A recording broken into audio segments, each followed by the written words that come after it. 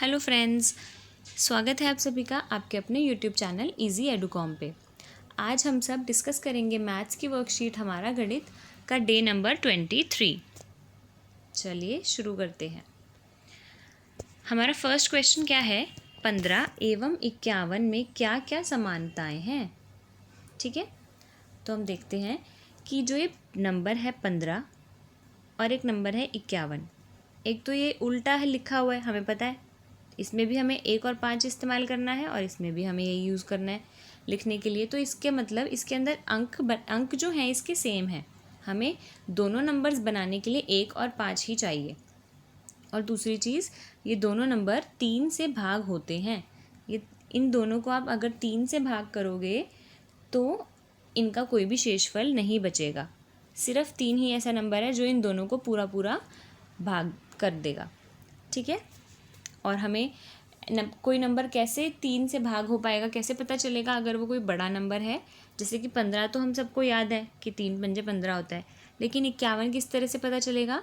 तो हमेशा जब भी कोई बड़ा नंबर दे रखा हो और आपको चेक करना हो कि वो 3 से भाग हो जाएगा पूरी तरह से या नहीं, तो आप उस नंबर को जो उसकी डिजिट्स हैं उसको ऐड कर लीजिए। 5 + 1 कर लीजिए 6। तो जो आंसर आएगा उसको भाग करके देखिए 3 से, क्या ये 3 से भाग हो पा रहा है। अगर ये हो पा रहा है तो ये पूरा नंबर भी हो पाएगा।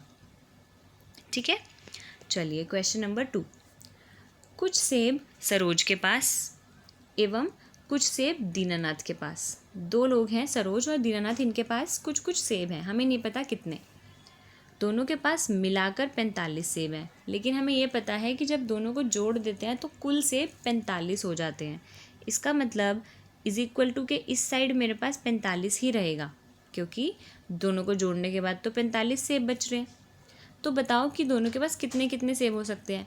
अब यहाँ पे तो आंसर कुछ भी हो सकता है एक के पास एक ही सेब हो और दूसरे बंदे के पास 44, है ना, तो दोनों को प्लस करके 45 आ जाएगा। हो सकता है एक के पास 5 हो तो दूसरे के पास 40 हो जाएंगे।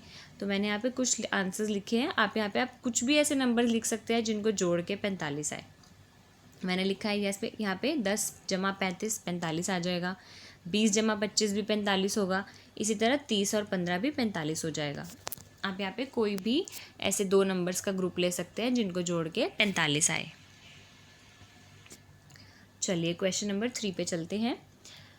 सुभाष के पास 40 आम हैं, उसे आम कुछ बच्चों में बांटने हैं। हमें नहीं पता कितने बच्चे हैं, कुछ बच्चों में बांटना चाहता है वो। बताएं वह कितने के समूह में बराबर बराबर बांट सकता है। बात यह है कि उसे बांटने कितने हैं, बराबर बांटने हैं।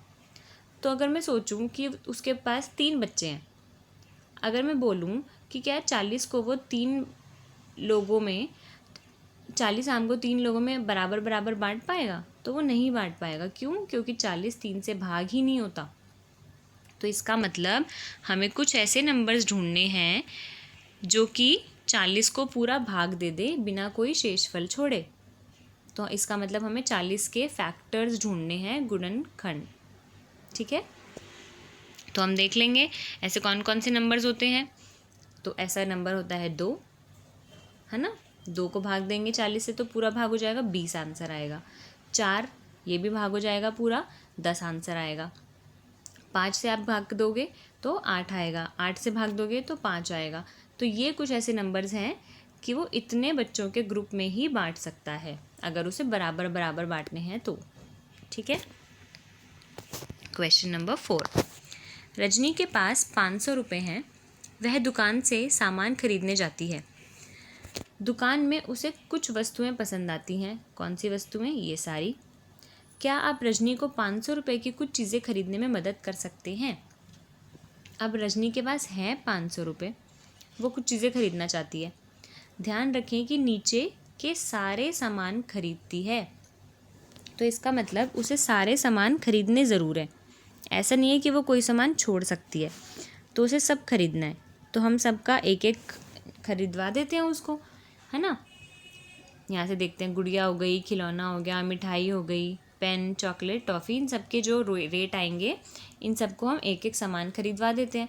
तो उसका कुल बिल कितना बन जाएगा, टोटल जो उसको पैसे देने पड़ेंगे वो बन जाएंगे। आप इन सारे नंबर्स को इन सब की कीमत को प्लस कर देंगे, है ना। तो ऊपर यहाँ पे 2 जमा 10 जमा 15 जमा 40 जमा 100 जमा 60, आप इन सबको प्लस कर लीजिए और आंसर देखिए कि क्या आ रहा है। इतना आंसर आ जाएगा, तो इतने पैसे उसे खर्चने पड़ेंगे ये सामान खरीदने के लिए। प्रोजेक्ट नंबर 1 हमें क्या दिया हुआ है, नीचे दिए गए बॉक्स में अपनी मनपसंद की वस्तुएं चुनें। अब हमें क्या करना है, हमें अपनी मनपसंद की वस्तुएं भी इसमें से चुननी है। तो हमें देखना है कि हमारा कुल बिल कितना हो रहा है। अगर मेरे पास भी 500 रुपये हैं तो मैं क्या क्या खरीदूँगी। तो मैं देखती हूँ, सबसे पहले मैं वस्तुएं चुन लेती हूँ। मैं चाहती हूँ पेन खरीदना, मिठाई खरीदना, खिलौना और गुड़िया। मैं ये 4 चीज़ें खरीदना चाहती हूँ, ठीक है। तो मैं देख लूँगी कि कितने कितने का है। पेन है 15 रुपये का, ये दिख रहा है मुझे। मिठाई है 40 रुपये की, खिलौना है 60 रुपये का और गुड़िया है 100 रुपये की। तो मैंने इन सभी को यहाँ लिख लिया। ये सब चीज़ें इतने इतने रुपए की हो गई। अब यहाँ पे क्या है, ली गई वस्तु की संख्या। क्या मैं इन चीज़ों को एक एक करके एक ही खरीदना चाहती हूँ, जैसे मैंने इस क्वेश्चन में रजनी से खरीदवाया था, या फिर मैं ज़्यादा खरीदना चाहती हूँ। तो मैंने सोचा कि मैं ज़्यादा खरीद लेती हूँ। तो मैंने बोला कि पेन मैं तीन पेन खरीदना चाहती हूँ। इसी तरह 40 की जो एक मिठाई है वो मैं एक ही खरीदूँगी। खिलौने मैं 2 खरीदना चाहती हूँ और गुड़िया 1 खरीदना चाहती हूँ। तो इसकी हमें कुल राशि निकालनी है। तो 15 रुपये का अगर एक पेन है तो 3 पेन कितने के आएंगे, हमें गुणा करके निकालना पड़ेगा। 45। 40 की एक मिठाई है और एक ही मिठाई लेनी है तो 40 रुपये। 60 रुपये का खिलौना है और 2 खिलौने लेने हैं तो आपको 120 रुपये खर्च करने पड़ेंगे। 60 को गुणा करेंगे 2 से। 100 रुपये की गुड़िया है और एक ही गुड़िया खरीदनी है तो 100 रुपये की मेरी कुल राशि हो गई गुड़िया के लिए। तो टोटल मेरा कितना आया खर्च, 305 रुपये। आप इन सबको ऐड कर लेंगे तो ठीक है, आप इसको ऐड करके देख सकते हैं, 305 आएगा। और आपके पास पैसे कितने थे, जितने रजनी के पास थे। तो रजनी के पास कितने पैसे थे, हमने देखा था 500 रुपये थे, है ना। तो 500 रुपये में से माइनस कर दोगे आप ये 305, तो आपका आंसर आ जाएगा 195। 195 रुपये आपके पास अभी भी बचे हैं, बची राशि। क्वेश्चन नंबर 2 जो है हमारा प्रोजेक्ट नंबर 2, आप अपने घर में उपलब्ध कोई भी 5 से 8 इलेक्ट्रिक सामान, फर्नीचर आदि की लगभग कीमत पता करें, ठीक है। तो बच्चों हमें क्या करना है, हमें सेम इस तरह की एक टेबल बनानी है, बिल्कुल सेम जैसा जैसे इसके अंदर लिखा है ना, ये ब्लू में ये सब हमें लिखना है सेम। बस हमें 5 से 8 बोला गया है तो आप कम से कम 5 ज़रूर बनाइए। यहाँ पे आपको 5 लिखना पड़ेगा इधर। और वस्तु लिखिए, किसी के घर सोफ़ा है, टेबल है, जो भी आपके घर इलेक्ट्रिक सामान है, फ्रिज हो गया, फर्नीचर, कुछ भी लिख सकते हैं आप।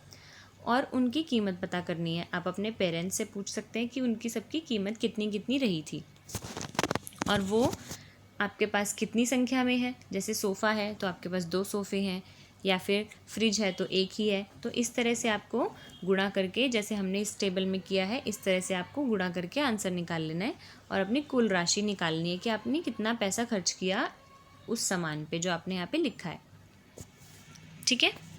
तो आपको यही करना है। लिखा है क्वेश्चन में, एक लिस्ट तैयार करें जिसमें सामान का नाम, कीमत व किस वर्ष में खरीदी गई है ये लिखें। आपको एक कॉलम ऐड करना पड़ेगा यहाँ पे, किस वर्ष में खरीदी गई है ये भी। क्वेश्चन इसका सेकंड पार्ट है, सभी वस्तुओं की कुल कीमत लिखिए, जैसे इसमें कीमत लिखी थी हमने ऊपर। यदि इन रुपयों को आपके परिवार में सभी सदस्यों में बांटें तो सभी को कितने रुपए मिलेंगे। तो हमें बोल रहे हैं कि जो आपने ये टोटल रुपीज़ निकाला ना कि इतना खर्च हो गया है, अगर ये खर्च इतना नहीं होता, ये इतने रुपीज़ घर पे होते तो ये सब बराबर बराबर बांट लेते। जैसे इसमें हमने 305 आया, अब आप यहाँ पे जो भी बनाएंगे आपका अलग अलग आंसर आ सकता है। जैसे किसी का 1000 आया, 1000 रुपये आए किसी के, अगर तो 1000 रुपये में हमें अपने घर में जितने भी सदस्य हैं उससे भाग देना। जैसे मेरे घर में अगर 4 सदस्य हैं तो मैं इसको भाग दे दूँगी 1000 को 4 से, तो मेरे पास आ जाएगा 250। तो आपको इस तरह से अलग अलग आंसर्स लिखने हैं अपने हिसाब से टेबल बना के।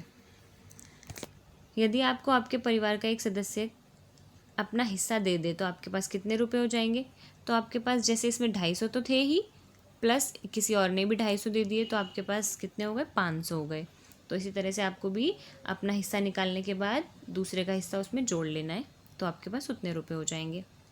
आप इन रुपयों से क्या करना चाहेंगे, ये आपको आंसर लिखना है। आप अपनी किताबें खरीदना चाहेंगे, और इस तरह के आंसर्स आप कुछ भी लिख सकते हैं, आप जो भी उन पैसों से करना चाहते हैं। ओके, तो ये थे कुछ क्वेश्चंस हमारे आज के डे नंबर 23। आपको अगर वीडियो पसंद आई हो तो please like, share and subscribe with your friends. Till then, thank you.